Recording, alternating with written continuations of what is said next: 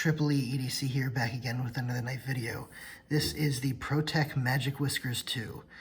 It is a knife that's been probably reviewed by a bunch of channels, but I'm going to go ahead and review it now. It's fairly new to me. I've had it for about maybe 2 months now, so it's taken me a little while to get to it, but I did carry it for quite a bit, and so now I'm going to go ahead and give you my thoughts. So, why is it called the Magic? Well, if you haven't seen this, you probably have seen this by now, but if you haven't seen this, it does not have, there's no button. This is not a button, this is not a button. There's no button on here to open it. There's no obvious locking mechanism to open it. So how do you open it? It's magic. Get it? So really what you're doing to open this is actually sliding the scale. You're moving the scale. That's the secret to it. And what you're doing is you're taking the pocket clip and using that to stabilize it. And while you're stabilizing the pocket clip, you're using your the meat of your palm to slide the scale in this direction. And so you slide that up and boom, it deploys. So this is an automatic knife. It's a Protech. Protech, of course, is pretty much the premier automatic knife company. I mean, Microtech is also a premier automatic knife company, but Protech really is, ever since they came out, they've been the gold standard for automatics, and you can just see why. It really has some snappy action. Let's start out with some size comparisons. So this is the Benchmade Griptilian and the Benchmade Super Freak. So you can see it's very similarly sized actually to the Super Freak. It has very close to the same size. It's a little bit bigger than the Griptilian. You can see it against the Benchmade Bugout. It's quite a bit larger than the Bugout. And the Spyderco Para. Again, so you can see it's not a thin knife like the Para is. And here's against the Paramilitary 2, Spyderco Paramilitary 2, and Spyderco Shaman.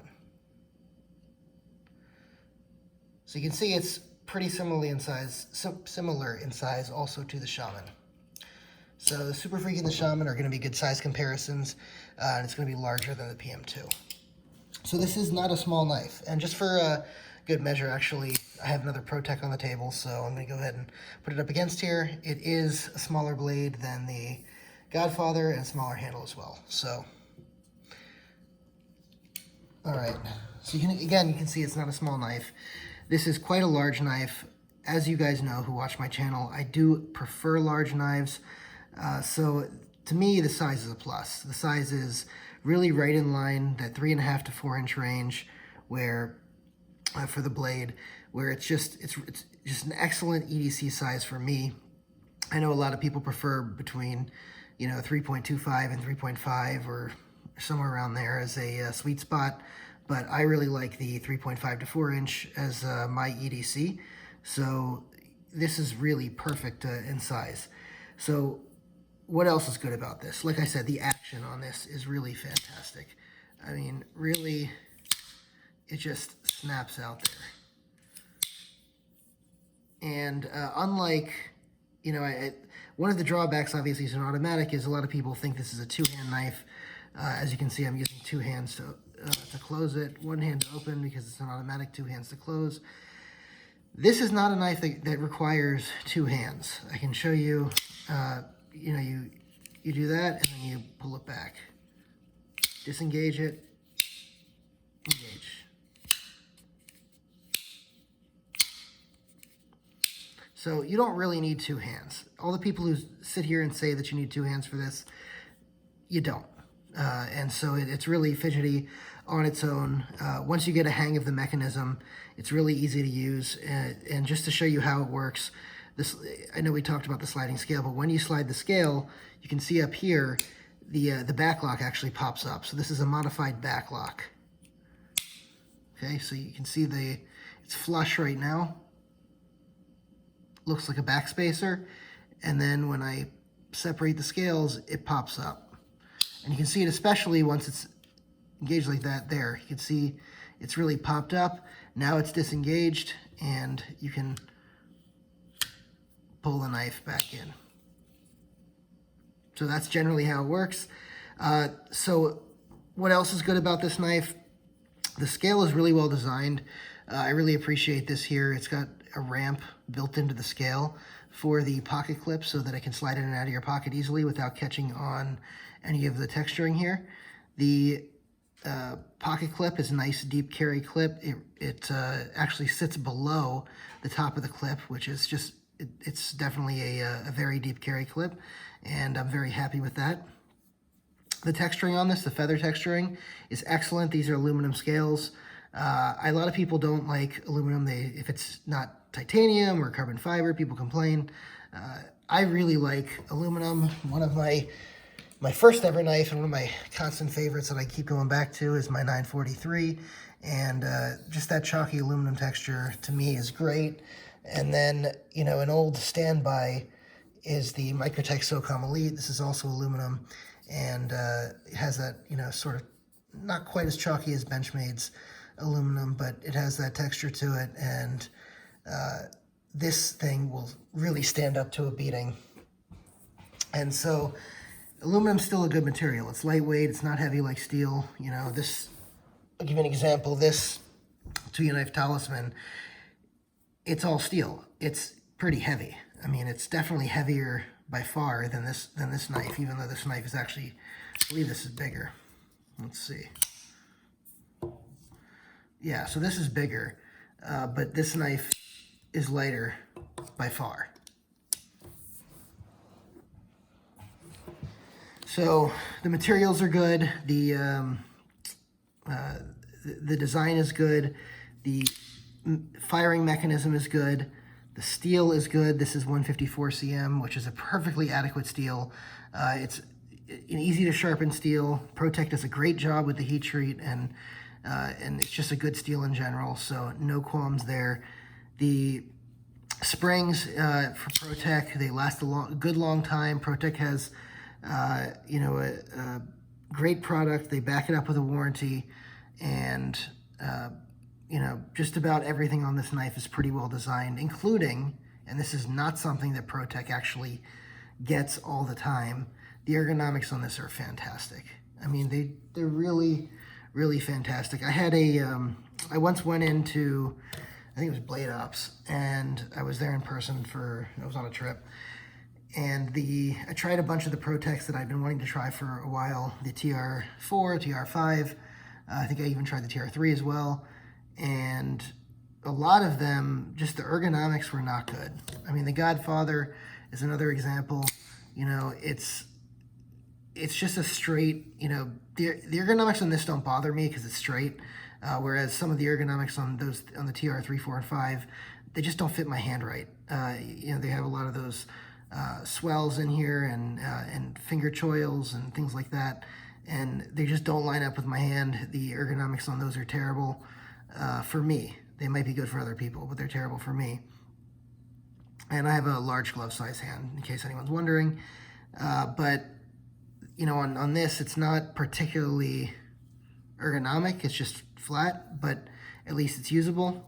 The ergonomics here, your hand really just, it feels like it melts into the knife. Not completely, not quite like the Spyderco Shaman does, but the ergonomics on this are extremely good. It feels very nice in hand, and this is what the ergonomics are such that I would have no problem, you know, using this for hard use if I needed to. Although this is a little bit gimmicky of a knife, it can be used for hard use, and there's no reason you couldn't. But you know, it's one of those things where it's a nice enough knife that, especially with the DLC coating, the mechanism on here where you want to be able to show people, because one of the main reasons you're buying this knife, obviously, is because of this mechanism, and you're going to want to show people. Let's be honest. You're not going to want to, and when you show people, you're not necessarily going to want to present them with a knife that's beat to hell, right? You're going to want to show them the mechanism on a knife that at least looks like it's not new but just not, beat to hell.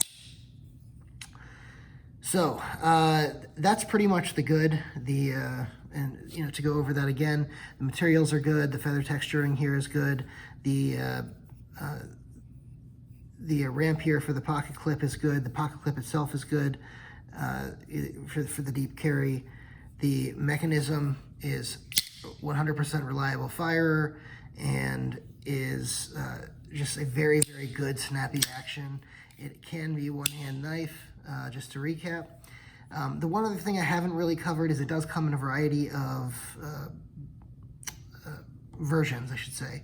So there's a blue handle version that's like a Blade HQ exclusive, excuse me. It looks a lot like the Kershaw's that Blade HQ did with the blue handles. So just if you're wondering what an idea of color on that. I think that one has a black blade. I'm not sure what the steel is on the blade. There also is a version of this with white ivory micarta, kind of like this, the tuxedo version of this. And there's also a plain, one of these without the texturing. If you're gonna get one of these and you don't want one of the inlays or anything like that, get the feather texturing, because it does add good texturing to the knife, good grip to the knife. The plain one I held in my hand, it feels like it could be a little slippery, and so that's the reason I went with this one instead of that one, even though this one I believe was a little bit more expensive.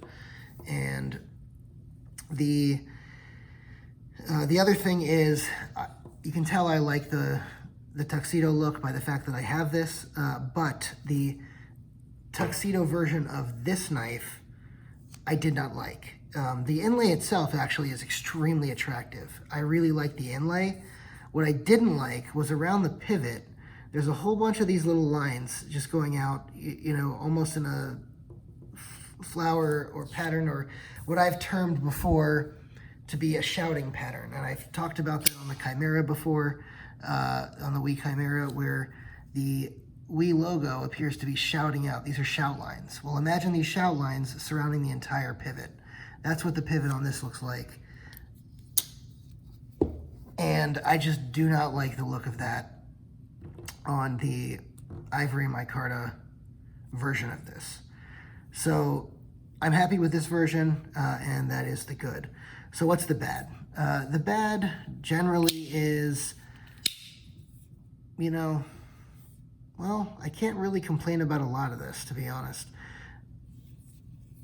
There's a lot to like here, and not a lot not to like. I guess if I had to pick one thing that was my biggest gripe, is that it feels sometimes like it's not 100%. Well, I know what I'm feeling, actually, now that I think about it. There's a little bit of lock stick at times. And the reason I couldn't put my finger on it is just because the way the mechanism's designed. But there's a little bit of lock stick at times in this knife, and that really is the only criticism that I have of this. It's not there all the time, and I'm pretty sure it's probably not in all of the versions of this. Probably I just happened to get one that has a little bit of lock stick in it. I'm sure if I sent it in under warranty or something, they'd take care of it, or at least try to. I don't think it's a big enough deal that I'm really worried about it. But that is a thing, as Nick Shabazz would say. So other than that, yeah, not much bad to say about this knife, which is surprising because when I got it, I did not have high expectations. I expected to trade it or sell it shortly after carrying it a little bit or reviewing it. And the reason I expected to get rid of it was because it seemed like all the people that reviewed this knife didn't end up keeping it for whatever reason. I don't know what the issue was, but for whatever reason, many of them didn't keep it. Some of them gave lukewarm reviews. I really like this. I'm sorry, guys. I have to disagree with some of the reviews that are out there. I really think this is an excellent knife. Protech, I think, hit this out of the park, and I really have no, again, nothing other than the lock stick bad things to say about it. So yeah, I'm gonna go against what a lot of the community was saying. I know a lot of people said it was good, or they're happy with it, but it's too expensive. While it is a little pricey, it runs around $300. It's not crazy for a Protech. Protechs really run anywhere from about 180-ish, 200 to, on up. And once you get all the inlays to thousands and thousands of dollars. So I don't think this is out of line. I mean, that being said, you can get some pretty nice knives for $300. We were just looking at the Wii Chimera. This is another one that you could, potentially get for around there. The Wii Roxy 4 is another one that you could get for around there. The Chavez Ultramar, the 229 is around $300. So I can get why, from a value standpoint, maybe it's not the best, but these can be had on the secondary market much cheaper than $300. The same can't really be said for this, because this is new enough that that people are really charging $325, $350. Sometimes you can see even higher. And this, I don't know what these are going on at the secondary market right now, but I have a feeling it's not, it's probably around the same or maybe even a little bit less than this. And the Wii Roxy, again, I'm not sure what they're going on the secondary market. If I had to guess, I'd probably guess around 220, 210, 220, something like that. But, this one's probably going for around 210, 220 also. And I have to say, it's, as much as I like the Wii Roxy 4, as much as I like the Wii Chimera, I like this too. Now, just because I have to be honest with myself, as much as I like this, if I only had $300 in my pocket and that was it, this would probably not be the knife that I'd pick. That being said, I'm not getting rid of it. I'm keeping it. If I was going to get rid of one, I would get rid of one of my other knives. I was going to name a knife, but I'll save it because I haven't reviewed it yet. Well, you know what? I'll go ahead and say a little bit of a spoiler alert. If I was going to get rid of one, it'd probably be this one. As far as a Protech or another around $300 knife. I'll get into some of the reasons for that in my review. One of the reasons is just the blade shape. The blade shape, while extremely cool, is it's a one-sided dagger blade, and it has limited use, especially when I have, almost stabbed myself there, especially when I have a couple of automatics that are out the fronts that also have dagger blades.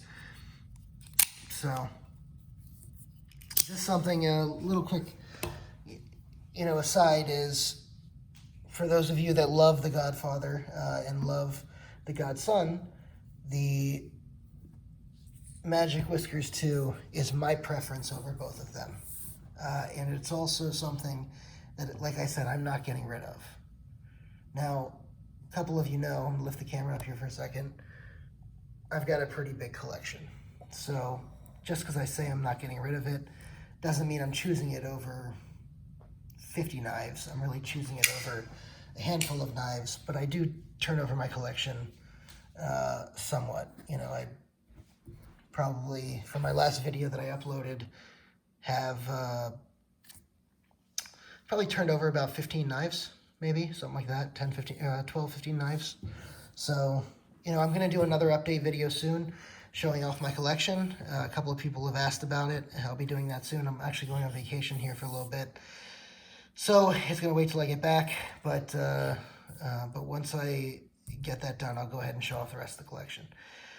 I've rambled on here. You probably could have stopped this video about 4 minutes ago, so I apologize for rambling on. But when I do get talking sometimes about these things, I get a little carried away.